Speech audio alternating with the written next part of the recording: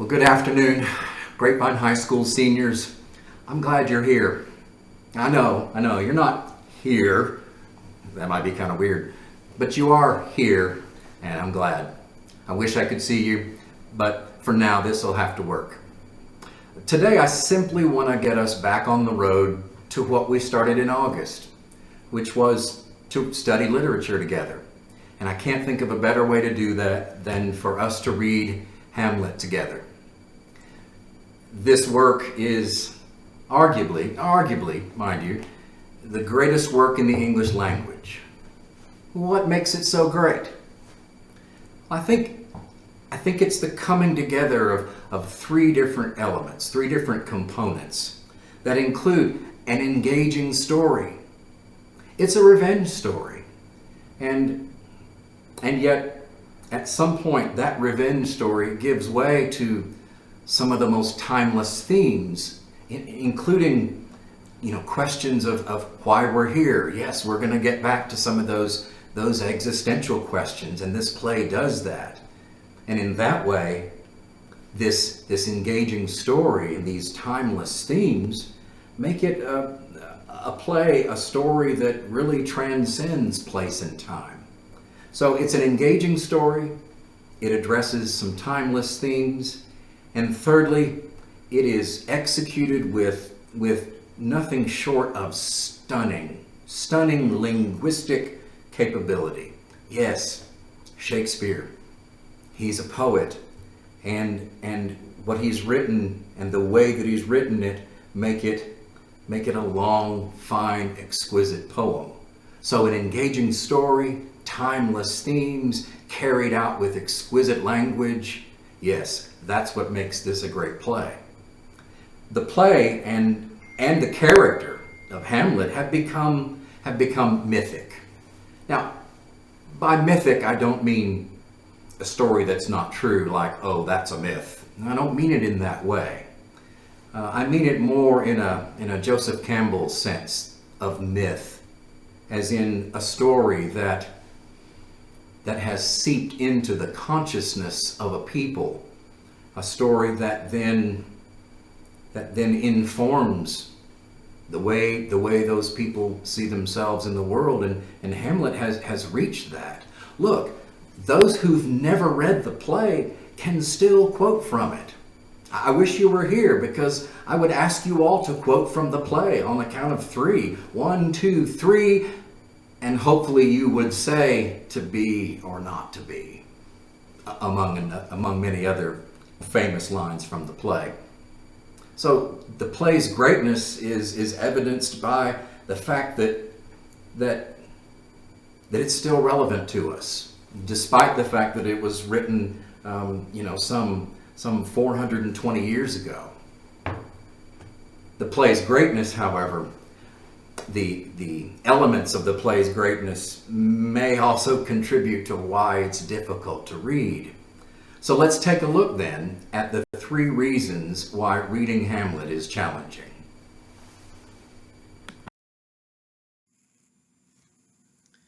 Okay, so let's talk about the three reasons why Hamlet is rather challenging to read. And of course, these reasons are more or less true for most of Shakespeare's works. First, it's the language itself. And I don't mean the words themselves, but I mean, frankly, more syntax. It's very dense. And certainly you can associate that word density with science and think about the difficulty of penetrating a substance that is more dense. It's poetic. It's, as you can see, mostly blank verse. And so, again, it's not the words themselves. I would say that probably 85%, 90% of the words that are in this play are already in your tool bag, but it's the density of those words. Now, I want to clarify one thing and I often hear from students, well, it's so hard to read because of that Old English. Well, it's not Old English. In fact, it's not even Middle English. It is, by all accounts, modern English. Yes, there are a few words that in 1600 meant one thing that don't mean that today. So yes, there are some archaic words or phrases, but by and large, this is modern English. In fact, let me show you actual Old English. Huet we gerdena e gerdegun, pio singinga prim gefrenen. Okay, look, I can't read that. That's Old English, and you can pick out, maybe a few words that bear some remote resemblance to what we know as English today. That's Old English. And by the way, this is from the play Beowulf from the Middle Ages. And here's a translation. Lo, praise of the prowess of people kings, of spear-armed Danes in days long sped. So it's a good thing that we're not about to start a play that's written in Old English like the left column. So Hamlet's not written in Old English. However, like most poetry, the figurative language, particularly in this case, the irony and the antithesis and the metaphor and pun, certainly reading figurative language makes a text more dense, more difficult to penetrate. And so it will require some patience on your part to get through it. But I want to promise you this, that if you will go ahead and struggle with the language, wrangle with it, reread 2 or 3 lines at a time, and really work on what's being said here, I promise you that the play will reward you for that effort. It will deepen your understanding of the play. It will offer up to you, frankly, some great wisdom that won't be offered to you, that the play won't reward you with if you try to skim it just to get the plot out of it. The second reason that Hamlet is difficult to read is that we have a complex protagonist, not one that is easily categorizable or easily stereotyped. Hamlet is not a stock character. He, like most great literary characters, he's multidimensional. I think about Heathcliff from Wuthering Heights being rather complex and therefore becoming a much more interesting character. And certainly we see the complexity with Hamlet. And this makes for a good character because, frankly, all of us, are much more complex than any single stereotype could encompass us. And then finally, the third reason that reading Hamlet is difficult is that the play deals with some fundamentally profound themes, including the ambiguities of morality or ethics or spiritual concerns. And so it's that ambiguity, it's the play not coming out and spelling out in black and white what's right and what's wrong, what's good and what's bad, that makes the play perhaps uncomfortable until we learn to kind of accept that ambiguity.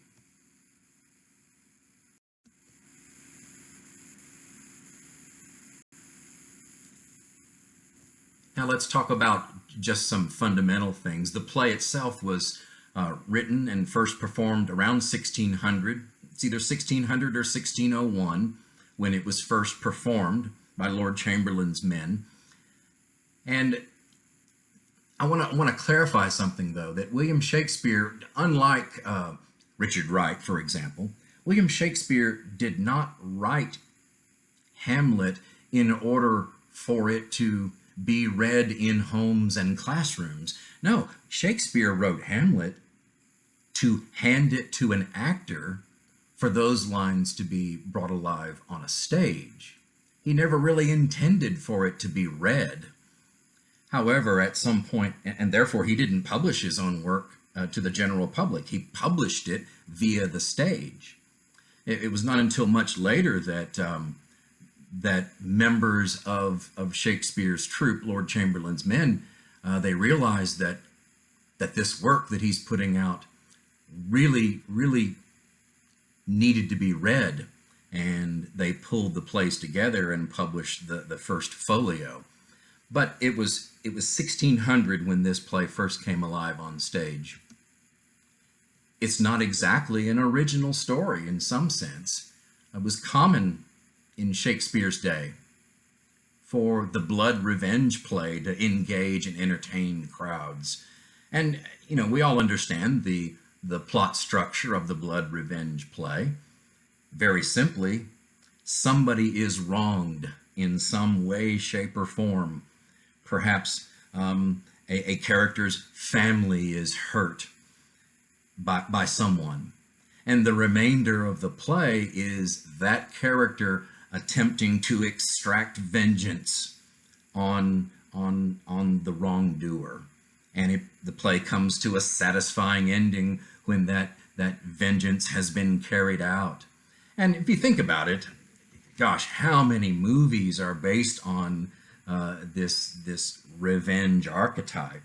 I mean, certainly everything from, I don't know, Stephen King's Carrie to certain aspects of The Godfather to even to John Wick.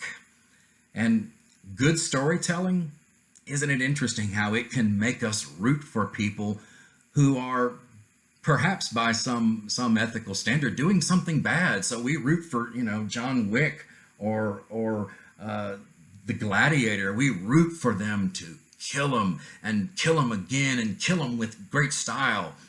And that's the blood revenge play, and it appeals to some perhaps fundamental aspect of us. However, Shakespeare, he took that typical blood revenge story and he complicated it.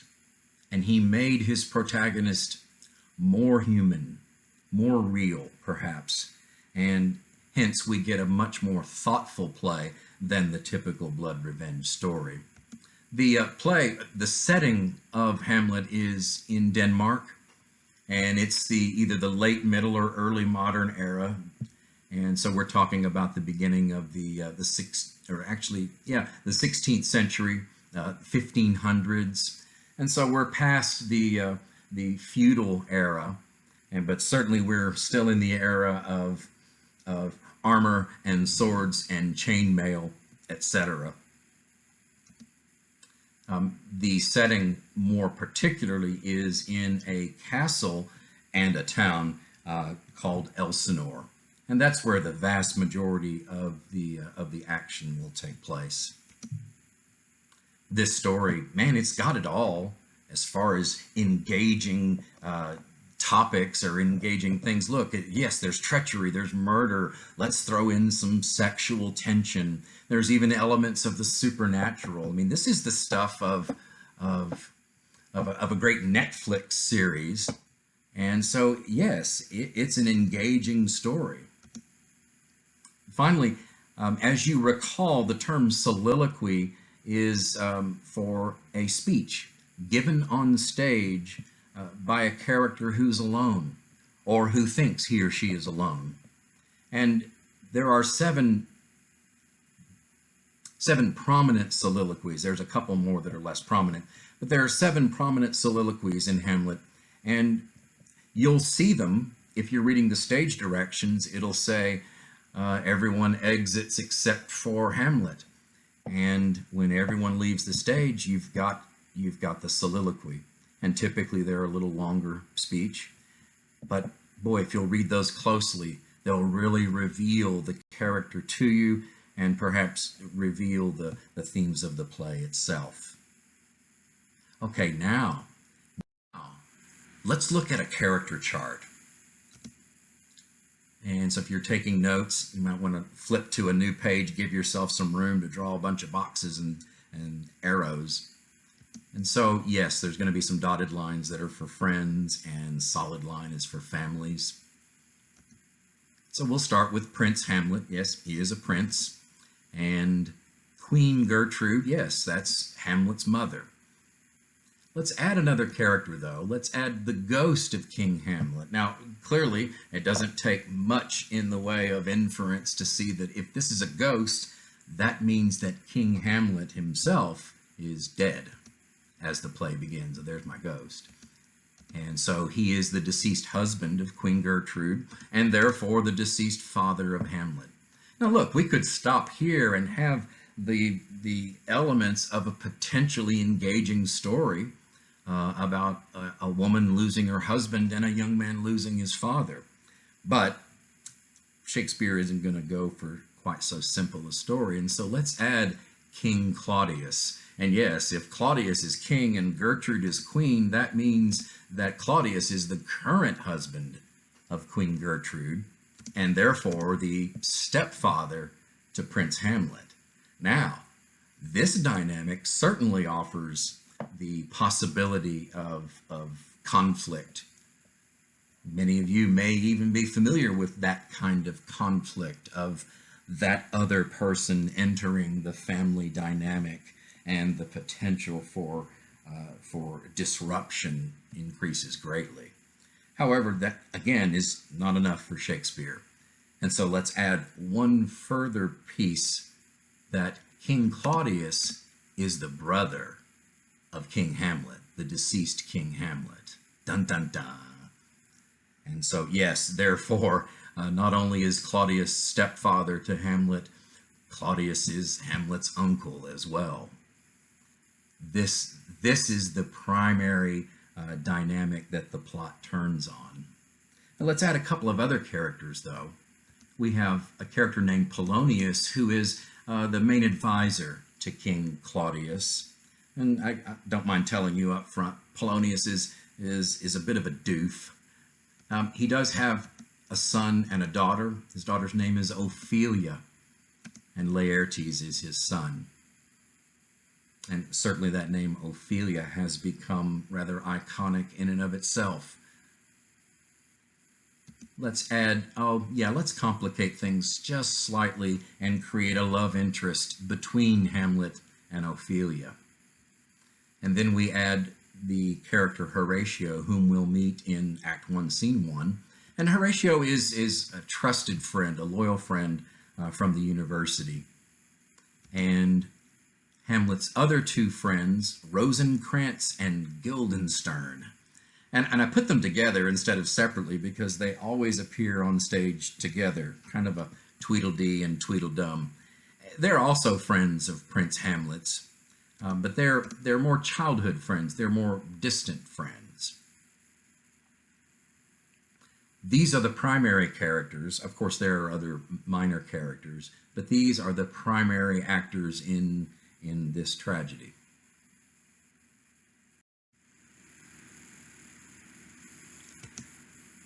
So finally, let me just give you a handful of what I'm calling primary topics. Let's talk about what the play is really about.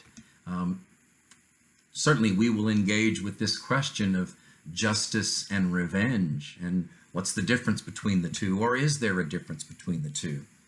And we've engaged with this before in Wuthering Heights, and we will broach the topic again with Hamlet. Hamlet also addresses the flaws of human nature, or are they human nature flaws? Are they more, is this a nature-nurture problem? And so we'll talk about the things we do, that the things we're compelled to do that aren't exactly great. Certainly, this play is built upon deceit, or what I'll sometimes call duplicity. In other words, presenting one thing to some people and presenting another version of oneself to others. And what effect does that have on both the deceiver and on others? The play broaches questions of courage and cowardice. And what are those things? What defines courage? What defines cowardice? And when is it appropriate to act or not act? And is acting always a courageous thing to do? Interesting questions about cowardice and courage. Certainly we get back to that most fundamental of human paradoxes, the dichotomy, if you will, between reason and emotion. And the play often asks the question of which of those is it better to follow? how to live life. And that leads us to the play revealing an existential crisis. So yes, we get back to some semblance of the ideas that we broached as we read The Stranger together. Hamlet, the play, does ponder the question of human existence and what is the very nature of it. What is the true self? These are some of the compelling sort of timeless themes. And just because it was written in 1600 and here we are in 2020 doesn't necessarily mean that these aren't relevant questions to us. I want to take you now to, I'm just going to randomly open to your text, and let's take a look at and kind of how we're going to maneuver through this text and what some of the features of it are. So on the right hand side of all the pages you have Shakespeare's text. On the left you have what we would normally call footnotes, but we'll call them side notes since they're on the side. And so if we look at this first line, it continues a line from the previous page, and it says, "How noble in reason, how infinite in faculties." And notice the little degree sign after the word faculties. That's indicative of the fact that that word faculties may have changed in meaning since 1600. And so when you see the little degree sign, you merely go over to the left margin and you see a synonym, an appropriate synonym for it. Also notice then in line 272 that we have, "And yet, to me, what is this quintessence of dust?" And you have a footnote, or in this case, again, what we'll call a side note. And that takes us all the way over to side note number 1, the phrase quintessence of dust. And what you get here is a much more elaborate explanation of a phrase or of a figure of speech. It says, in classical and medieval philosophy, quintessence was the superior heavenly fifth element, in addition to earth, air, fire, and water, latent in all earthly things. Any object could conceivably be refined to its quintessence or its most intrinsic elemental quality. The book of Genesis describes how God initially formed humans out of dust. So Hamlet scornfully calls humanity, in this phrase, dust at its dustiest, or the most perfect example of dust. So we've got the potential antiquated language for which you get synonyms here with the little degree sign, the little circle. And then you have the side notes in which you get a more lengthy explanation of an allusion perhaps, or of a figure of speech. I encourage you, as you're reading on your own, to read the side notes. They can really inform your understanding of what's happening in those lines. So I encourage you to read the side notes. There's not any on this page, but I would also encourage you to read the stage directions, at least so you can be clear of who's coming and who's going on. Okay. Now that we've talked about the play, how to maneuver in this text, it's about time we get down to reading. And so, scene 1, and look, I'm going to read all the parts here for a little while just to get the ball rolling. And I'll also read the stage directions. So, Act 1, Scene 1, enter Bernardo and Francisco, 2 sentinels. Bernardo: "Who's there?"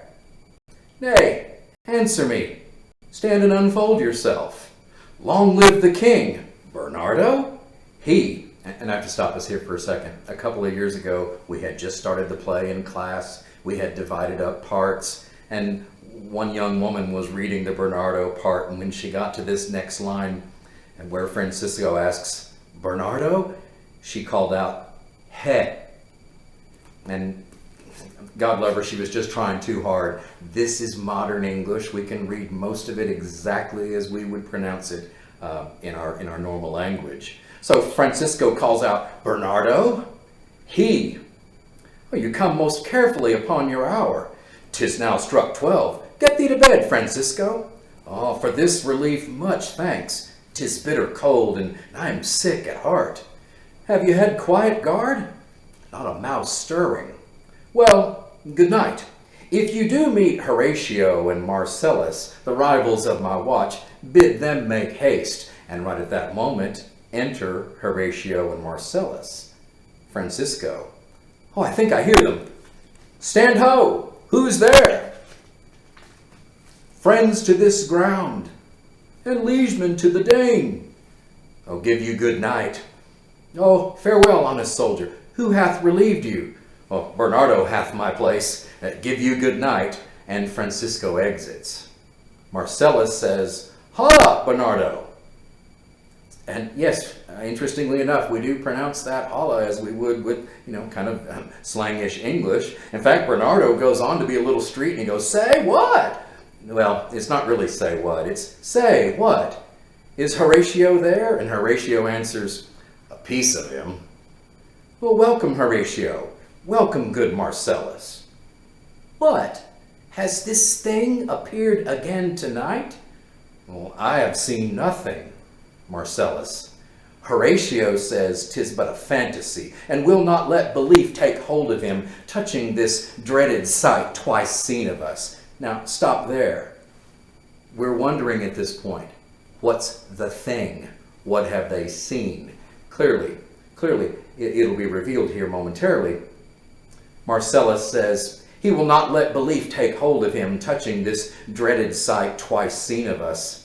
Therefore I have entreated him along with us to watch the minutes of this night, that if again this apparition come, there it is, he may approve our eyes and speak to it.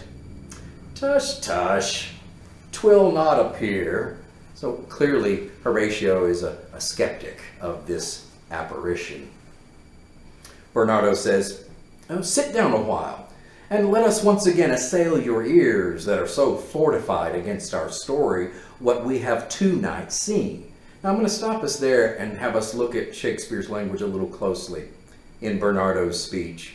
Seems like a normal speech, but there's a couple of words that are either loaded with connotation, if not a downright metaphor. And yes, it's the words assail and fortified, both of which have a warlike suggestion. And this is important because the backdrop for the whole play is war. And so Shakespeare is introducing that idea even subtly in the language of his character. Horatio then responds. He says, "Well, sit we down and let us hear Bernardo speak of this. Last night of all, when yon same star that's westward from the pole had made his course to illume that part of heaven where now it burns, Marcellus and myself, the bell then beating one," and he's cut off here, "a ghost enters." Now look, we have to willingly suspend our disbelief here a little bit and let the play work.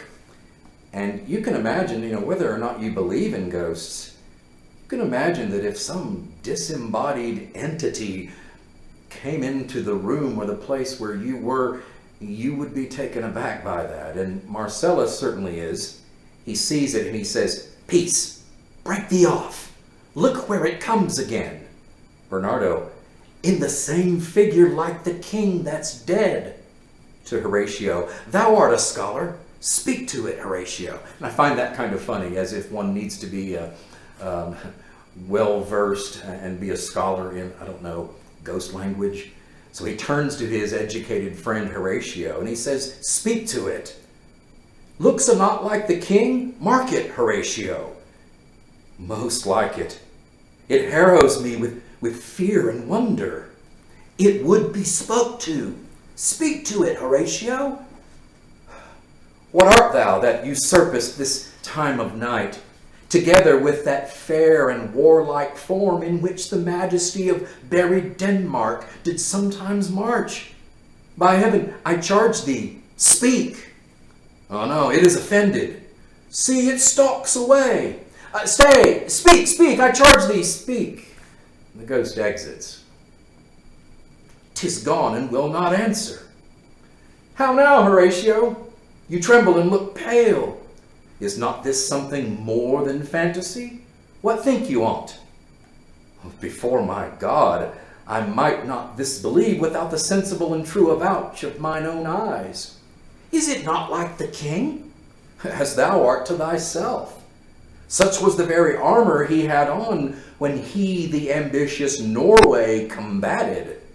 So frowned he once when, in an angry parley, he smote the sledded Pollux on the ice. 'Tis strange. Now, I'm going to stop you there for a moment and comment on two things that occurred on this page. In both cases, countries are referred to. Up in line 50, Denmark, and on line 63, Norway. In both instances, that's referring to the kings of those respective countries. And it's referred to as the royal we. When speaking of a country, often one is speaking of the king himself. And apparently, from Horatio's last couple of lines, the king of Denmark, the former king of Denmark, the dead king of Denmark, had beaten Norway in combat and had beaten the Pollux as well. So apparently the former King Hamlet was known as quite the warrior. And the ghost has come dressed in that exact manner. Marcellus picks it up at the bottom of the page. Thus twice before and jump at this dead hour, with martial stalk hath he gone by our watch. Horatio, in what particular thought to work I know not, but in the gross and scope of mine opinion, this bodes some strange eruption to our state. And I'm going to stop you there and comment on that last line. Certainly we understand the word bode means to foretell, but there's a kind of a duality in Horatio's statement. It says, this bodes some strange eruption or calamity to our state. And the duality of the word state is interesting in that it can refer, yes, to Denmark, the state of sorts, but I think it also has a reference to our state. Don't we often use that word when referring to someone's mental state or their condition in some way? What is his state?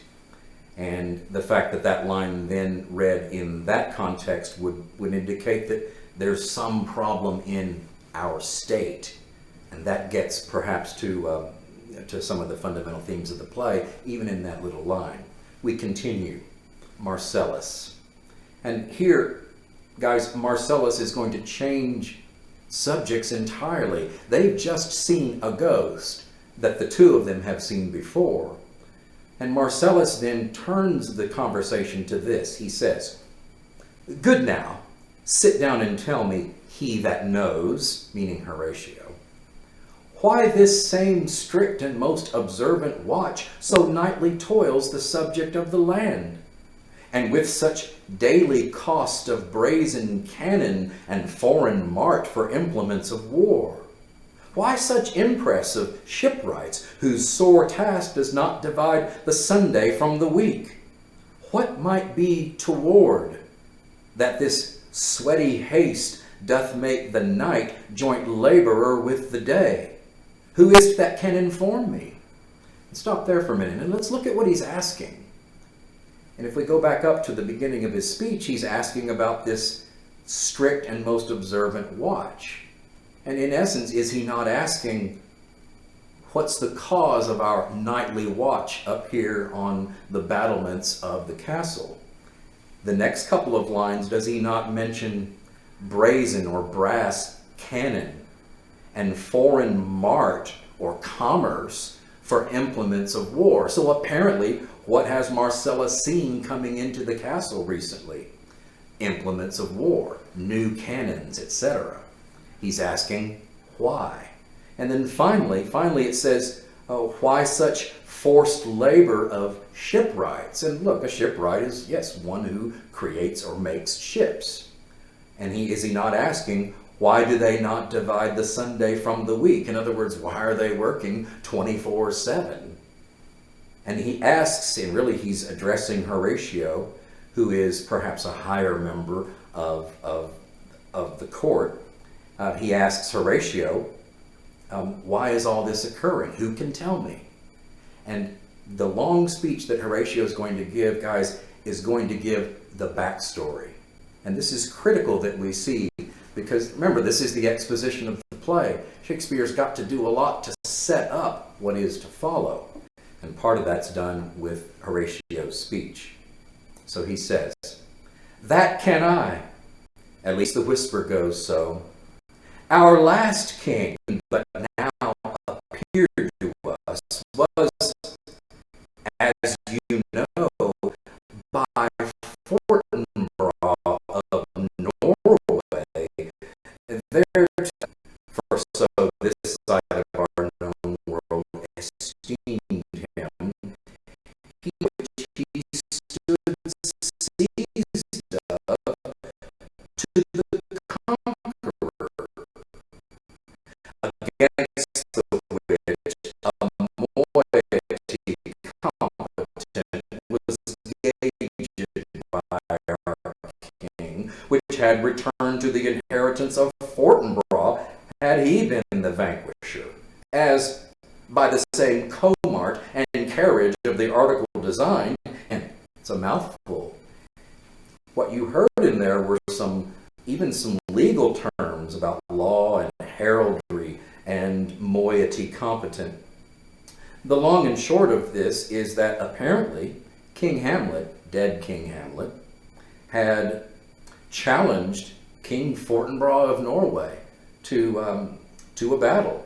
And the terms of the battle, the terms were essentially winner take all. And King Hamlet killed King Fortinbras of Norway and got a great chunk of his land. Okay, so you understand what's happened in the past now. Now, sir, young Fortinbras. Camera's messing up a little bit. There we go. Apologize for camera fading. Let's finish the Horatio speech. Now, sir, young Fortinbras, can you imagine who young Fortinbras is? King Fortinbras' son.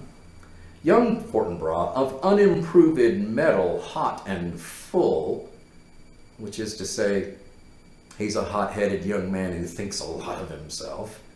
He hath in the skirts of Norway here and there sharped up a list of lawless resolutes for food and diet to some enterprise that hath a stomach in't, which is no other, as it doth well appear unto our state, but to recover of us by strong hand and terms compulsatory those foresaid lands so by his father loss. Stop there. And so you can see by the language, and I'll grant you, not every word is going to make sense, but you can get enough for King Fortinbras' son is sharper kind of a ragtag military to come and try to take back the lands that his father had lost. And so we pick it up at one motive of our preparations, the source in the land. We're going to stop there for a moment and ponder what it is that Horatio has just explained. Okay, so Marcellus and Bernardo have these two sentinels, low-level military guys. They've drug Horatio out in the middle of the night to show him this thing they've seen, and they see it, if only briefly, and then Marcellus and Bernardo then ask the more knowledgeable Horatio, so why is it that we've got all this military preparation going on? And that's where Horatio explains sort of the backdrop, the backstory of King Hamlet, old King Hamlet, who challenged King Fortinbras of Norway, and the rules of the challenge were sort of a winner take all, and apparently then King Hamlet killed King Fortinbras of Norway. And this preparation for war that they're undergoing at the moment is really preparation for a young Fortinbras to come and take back the lands that were taken from his now dead father, and presumably to avenge his father's death. Picking it up on line 110, Bernardo hears Horatio's explanation and says, "I think it be no other but e'en so. Well may it sort that this portentous figure comes armed through our watch, so like the king that was and is the question of these wars." So, look, Bernardo's not dumb. He puts two and two together. Oh, perhaps that's why the ghost of King Hamlet is appearing dressed in armor, ready for battle. Maybe these two things have a connection. And Horatio agrees, and he says on line 114, "A mote it is to trouble the mind's eye.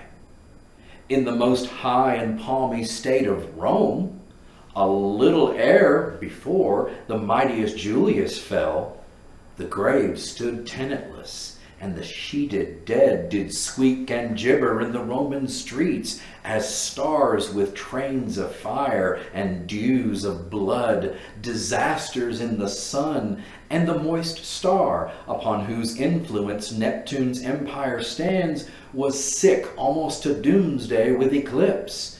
Stop there for a minute. Horatio is expatiating on what happened, supposedly, right before the fall of Rome. And he names all of these sort of unnatural or supernatural events, including the grave standing tenantless. Well, look, what's a tenant? A tenant is one who lives in a structure. And so if the graves are tenantless, doesn't that imply zombie action? And he also mentions stars with trains of fire, refers to dew of blood, and the moist star was sick with eclipse. And so now, here's why he's going on about what supposedly happened before the fall of Rome. Here's his point. "And even the like precurse of feared events, as harbingers preceding still the fates and prologue to the omen coming on, have heaven and earth together demonstrated unto our climatures and countrymen." Stop. He's drawing an analogy between the supernatural events that happened before the fall of Rome and the supernatural event that these three have witnessed, this ghost of King Hamlet, and perhaps the fact that it presages the fall of Denmark. Right at that moment, though, the stage directions say, "Enter ghost."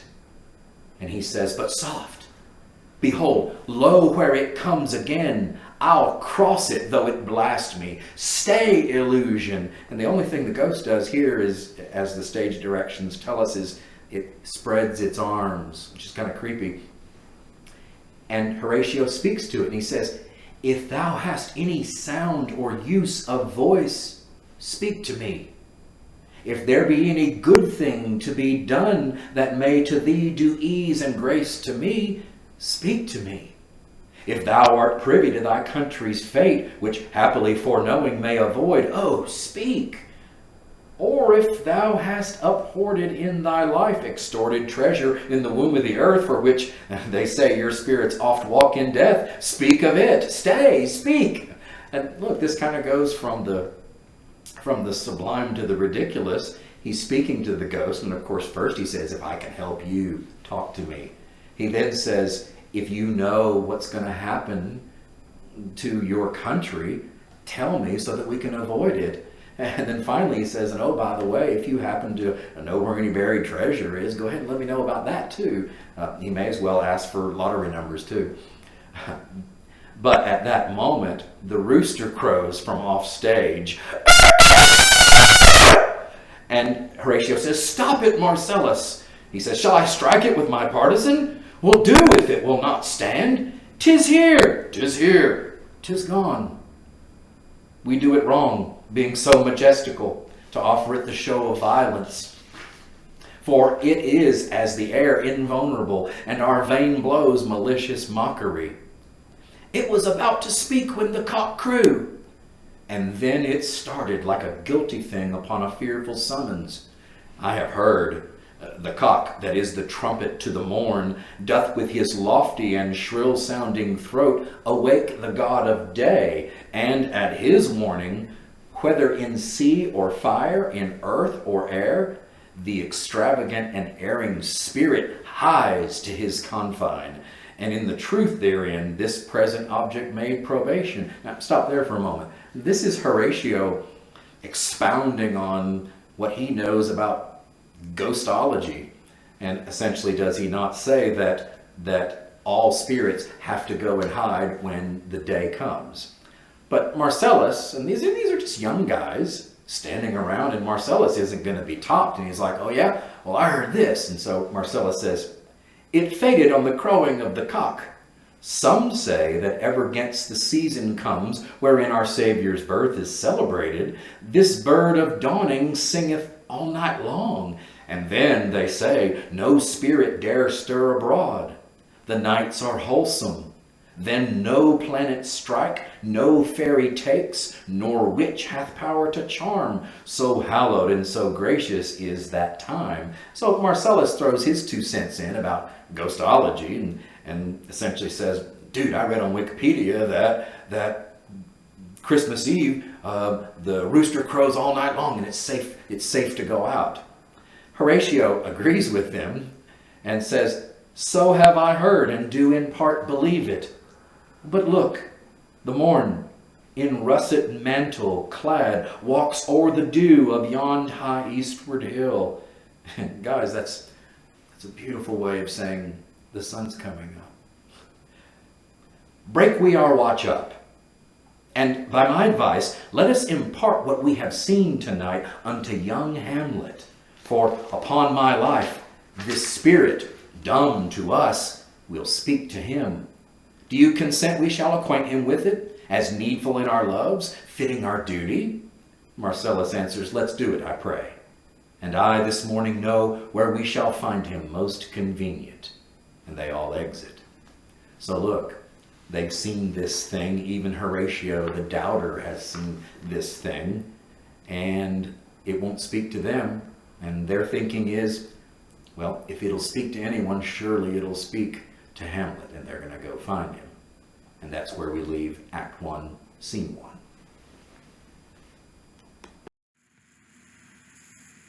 Okay, so that's Act 1, Scene 1. And I want you to remember that we're still in the exposition of the play. In other words, Shakespeare is setting us up at the moment, laying the groundwork. And it's a rather complicated groundwork for a rather complicated story. And so we've got to be patient, understand that we're still in exposition. And what we're waiting for and what we're all watching for is the inciting conflict, that moment when we read the play and we say to ourselves, oh, that's going to be a problem. Haven't quite gotten there yet. We're still in the exposition of the play. Certainly, if there's anything that's unclear to you, or if you just want to make some comments about what we've read so far or our introduction to Hamlet, please do so in the comments below. And otherwise, you guys have a great day. Hang in there, and I'll talk to you again soon.